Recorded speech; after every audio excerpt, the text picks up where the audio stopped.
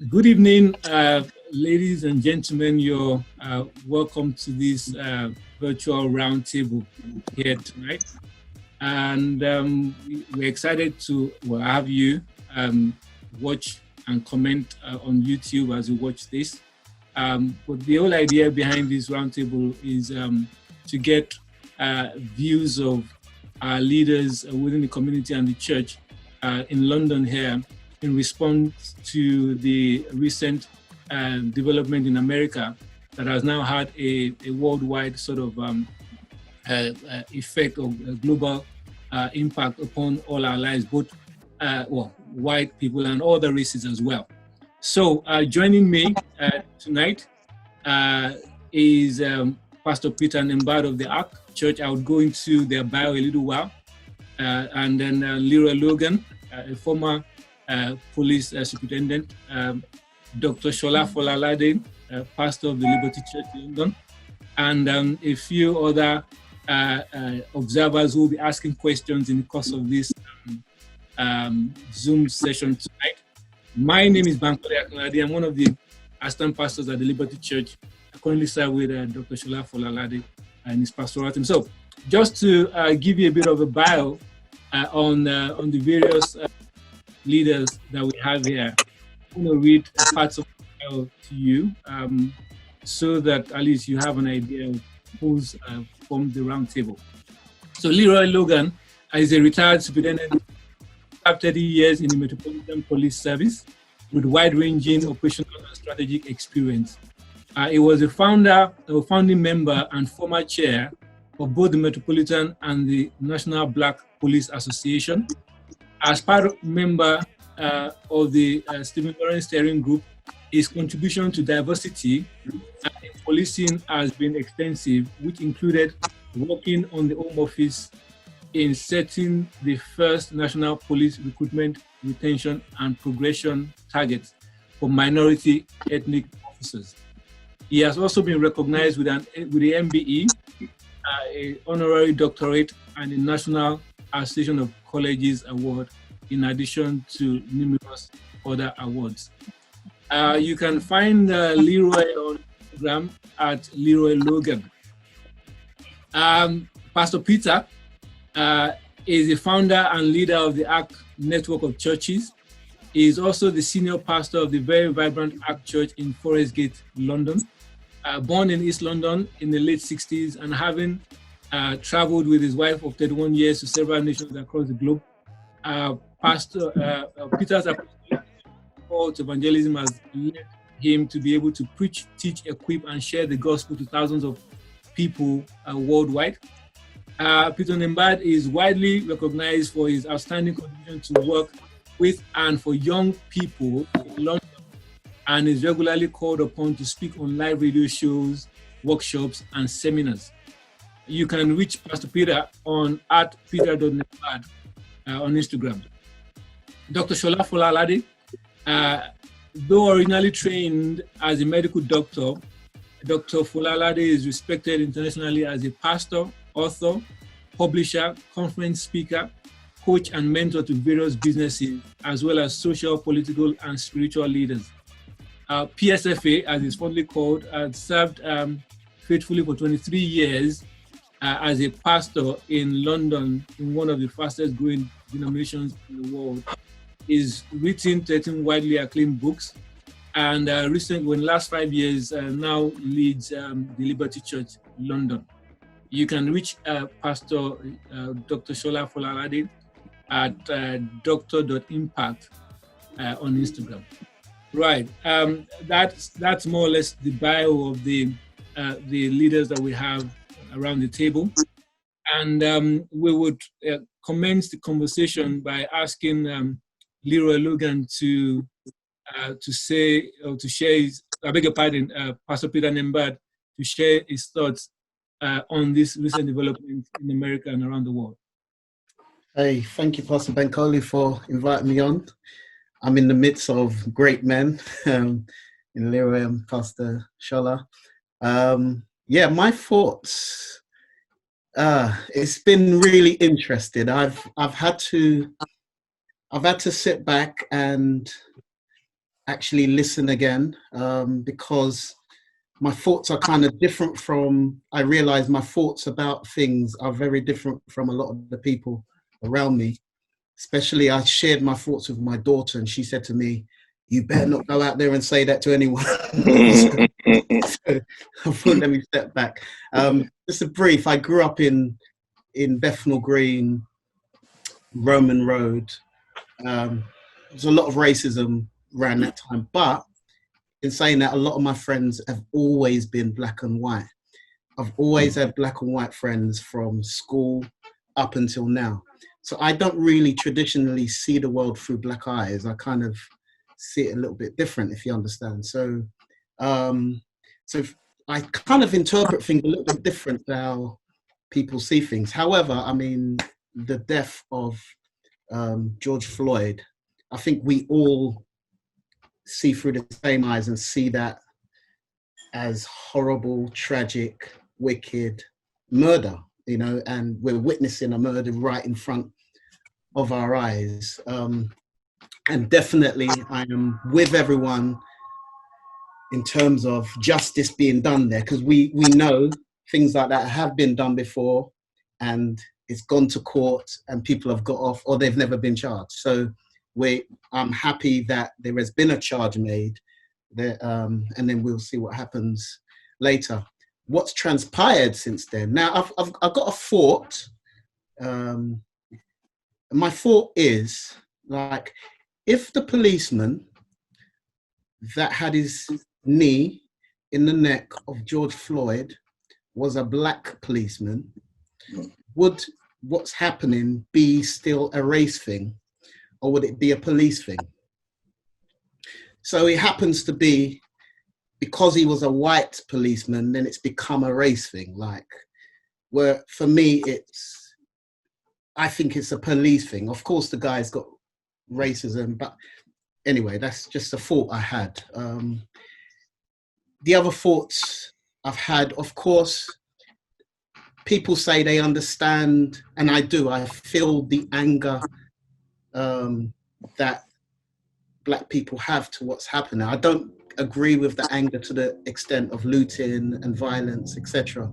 I do believe we're informed, and I've said to our members, well, I've done a video for our members, say the Bible teaches us to be angry, but to sin not, you know? So for us to be careful that in our feeling of anger towards what's happening, the injustices, and the systematic racism that we see all the time, that we guard our hearts and make sure that we don't become racist, or we don't become prejudiced, and we don't become hateful.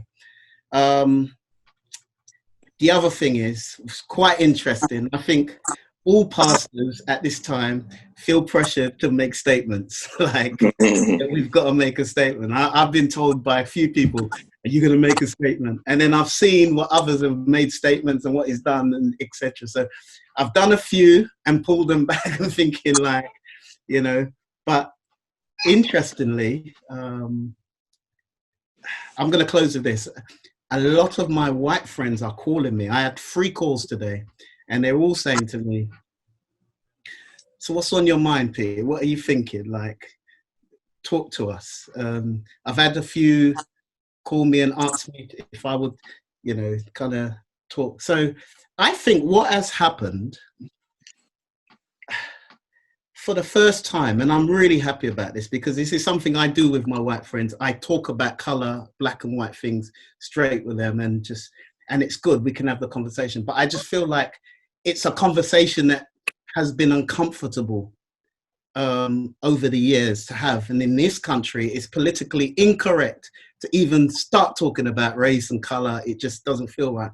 But I think for the first time, we can talk about color. We can talk about black issues. I said to all of our 3 conversations today, I was able to talk to my white friends about white privilege, being able to talk to them about white supremacy, the attitudes of white people that sometimes are just unconscious attitudes, and how it makes black people feel, and really why people are angry, how that affects the workplace and the institutions.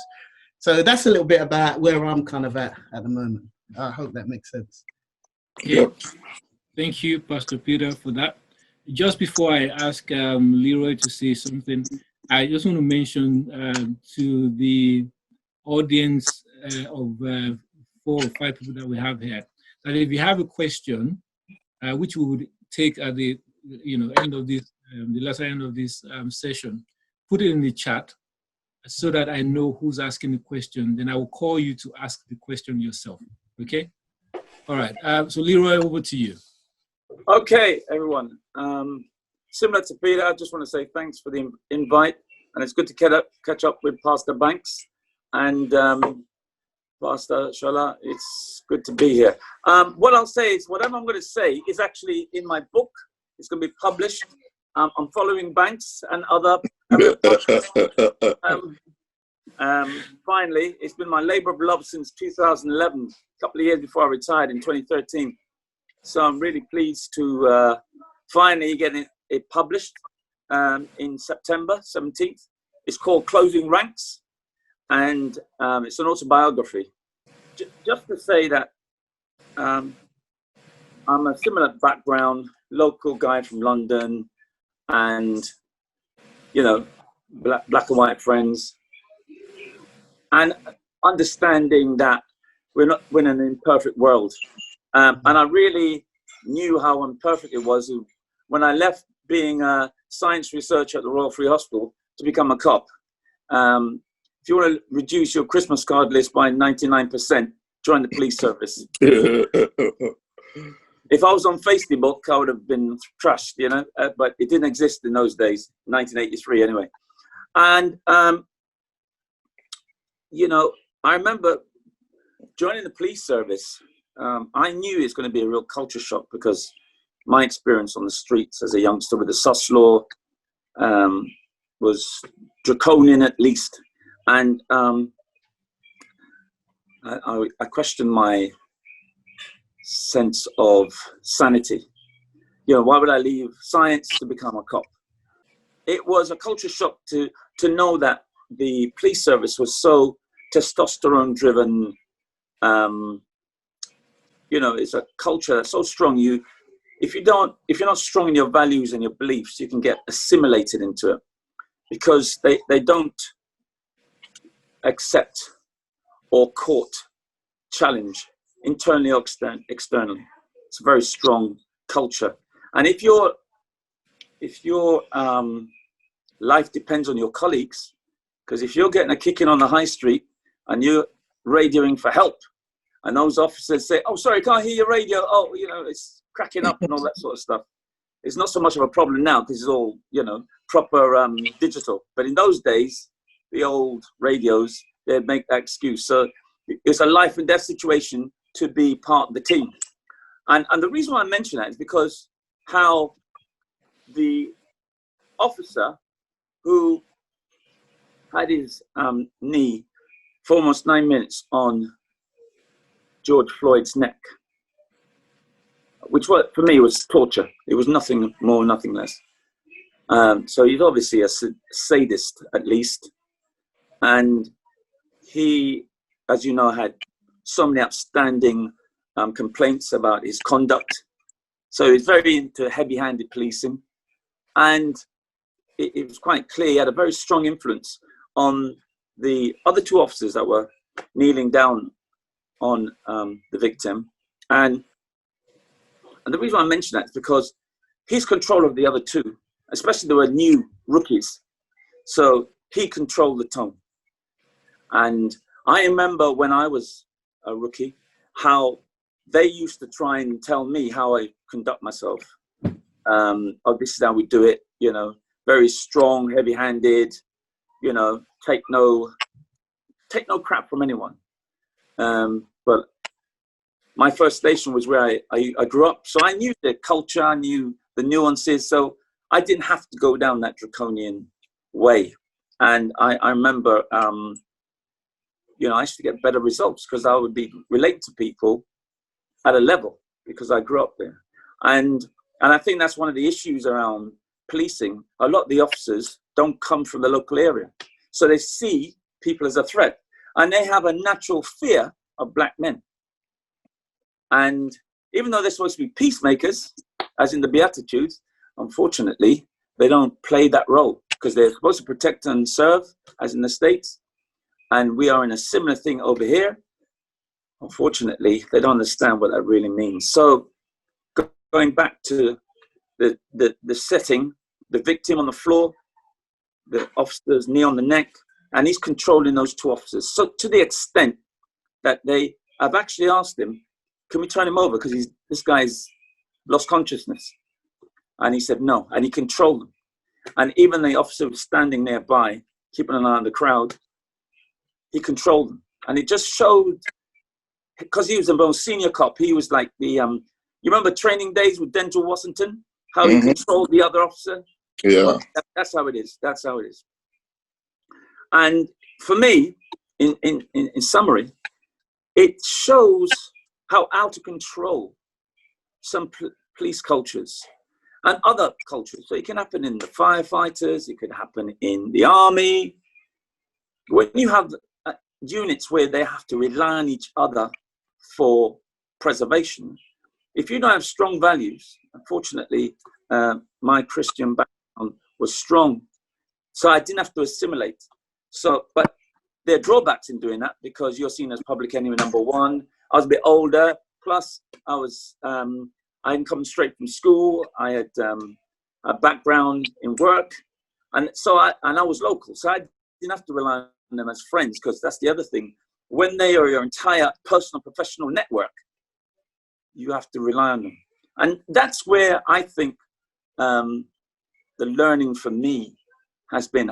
And that's why I'm glad that my book's coming up, because I really think people need to understand why officers do what they do, not to excuse them, but to understand we may not expect much better. Because even though the rioting or uprising and the protests have been under scrutiny, officers are still throwing people down, you know, knee on the neck again. It's crazy, because when they see red, they just don't know how to control themselves. So obviously in the States, when they sneeze, we catch a cold. It's exactly the same. And unfortunately, there was a young man called Rashan Charles in Hackney. He was run into a shop, said they had drugs, and the officer, who's from the territorial support group, and they can be the worst when it comes to getting very, very seeing red and wanted to deal with someone. And he used an unauthorized chokehold and saying he was trying to get drugs out the young man's mouth, and he choked him. And they said it was police, but coroner said it was down to the drugs that blocked his windpipe. But I know the chokehold couldn't have helped.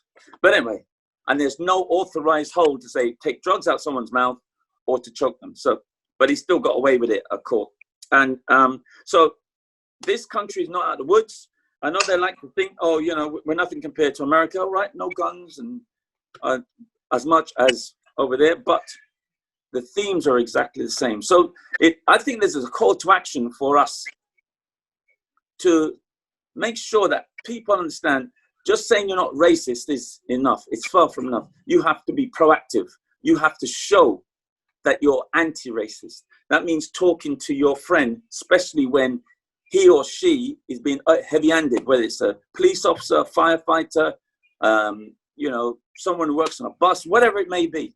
You need to be proactive, because if you are doing something that is prejudicial to anyone, much less someone from a minority group, you can be complicit in being a racist. And that's the onus is on all of us. So we have to tell our white friends, hey, this is what's expected of us. And I would like to think if those people are tuning into this on YouTube, understand it's a proactive stance. It's not a passive one.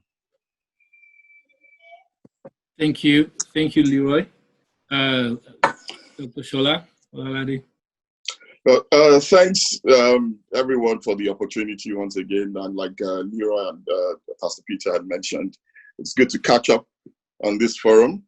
And also the big thanks to Leroy. It was actually helpful hearing your perspective. Also Peter's, but particularly Leroy's from a policeman's viewpoint. I actually had some questions in mind for you, and you've spoken into a few of them.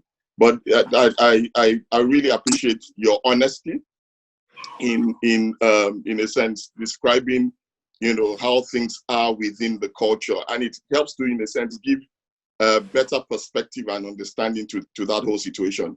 Yeah. So from my own viewpoint, generally, I'm very reticent about treading into political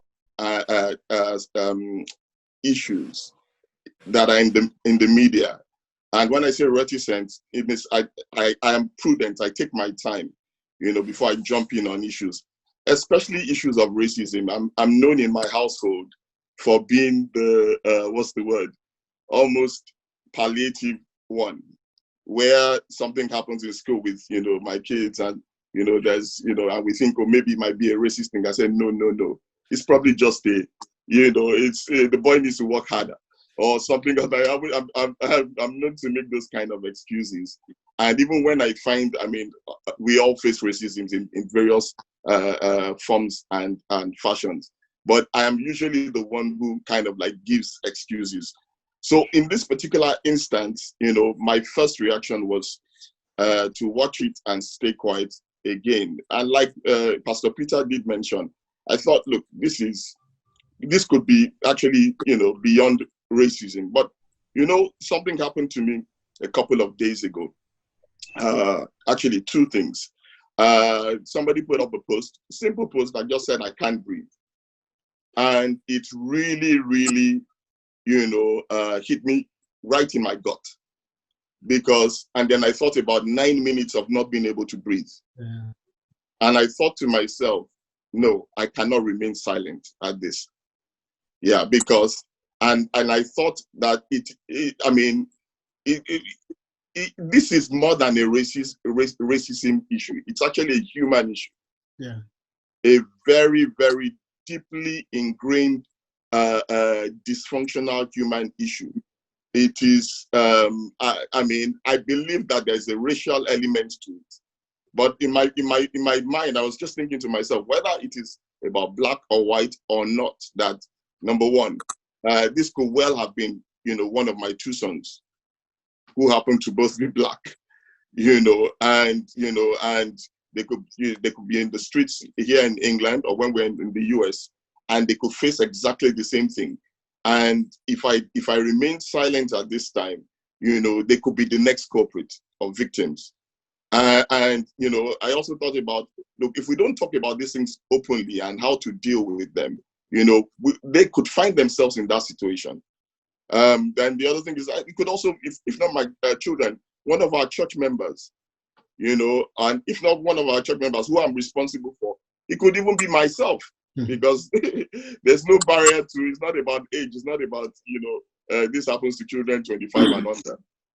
And so that is why I thought, look, hey, it's important to have this conversation.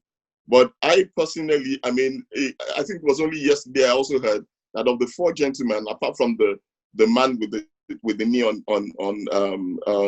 George Floyd's neck, that there was a mixed race gentleman. I stand to be corrected on this, and that there was an Asian guy, a Chinese guy.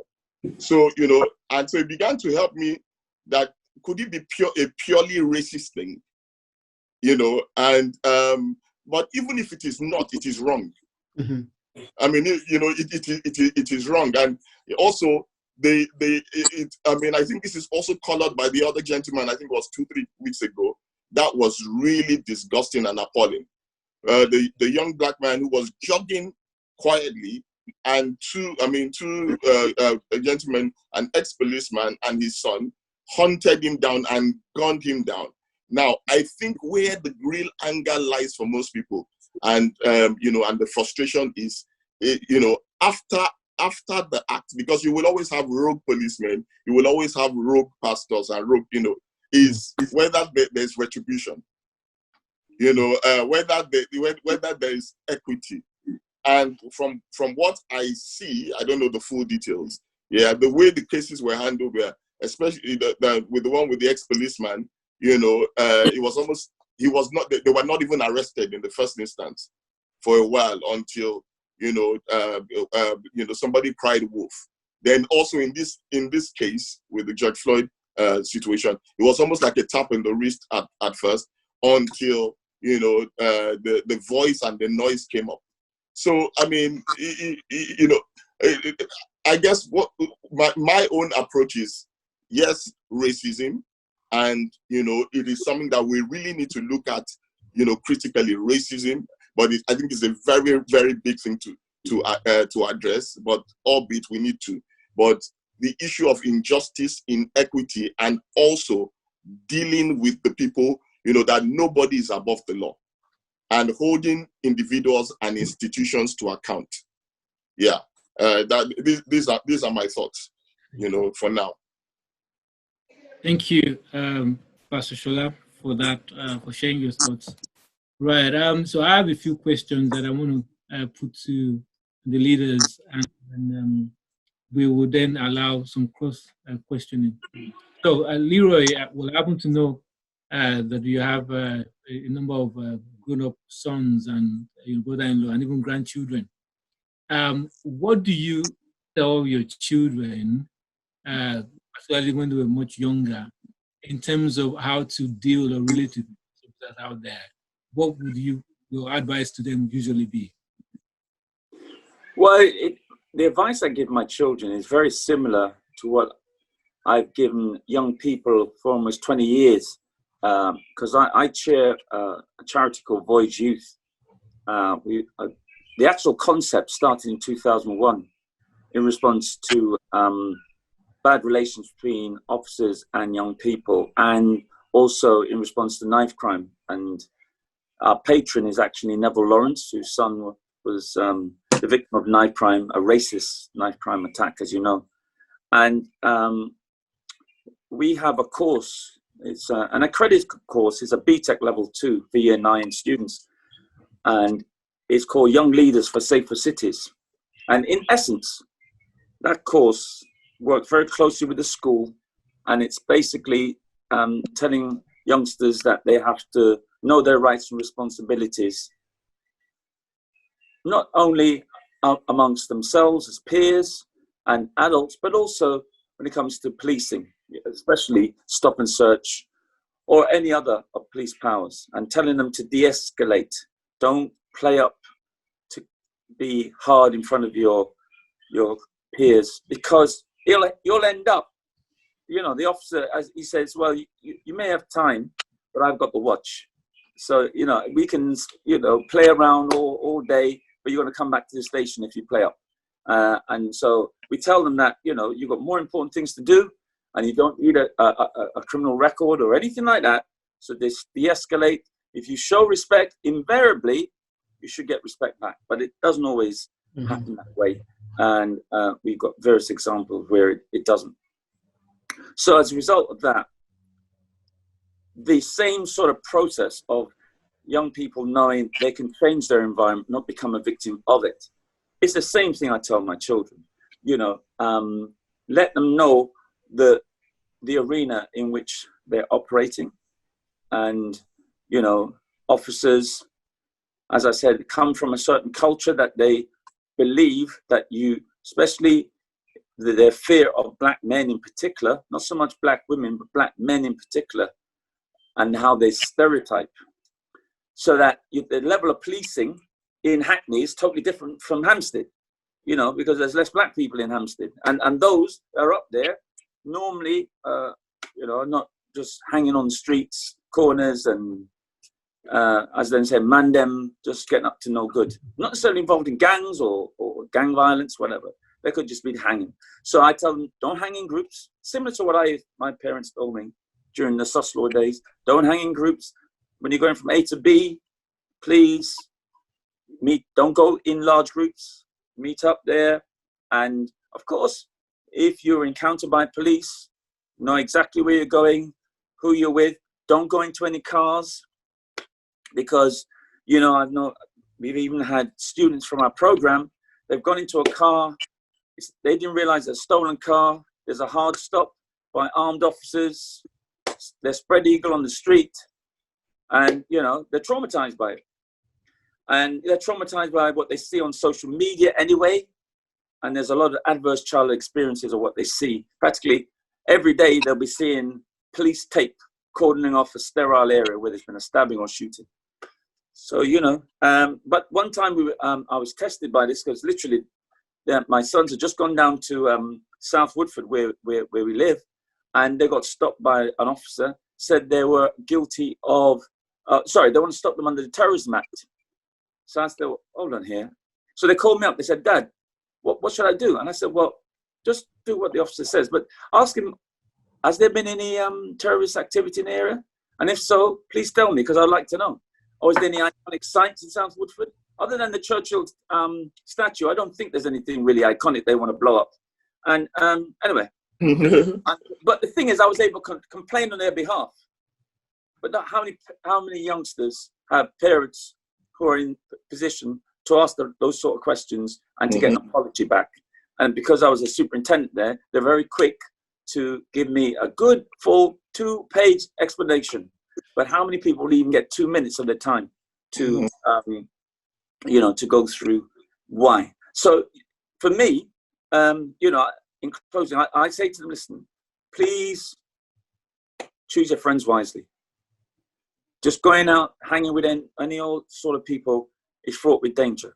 And understand that you can actually control more that encounter with police or any other authority figures by just being reasonable, and don't go into the peer pressure saying you have to be playing it up, because I didn't do that as a youngster and I don't expect them to do that.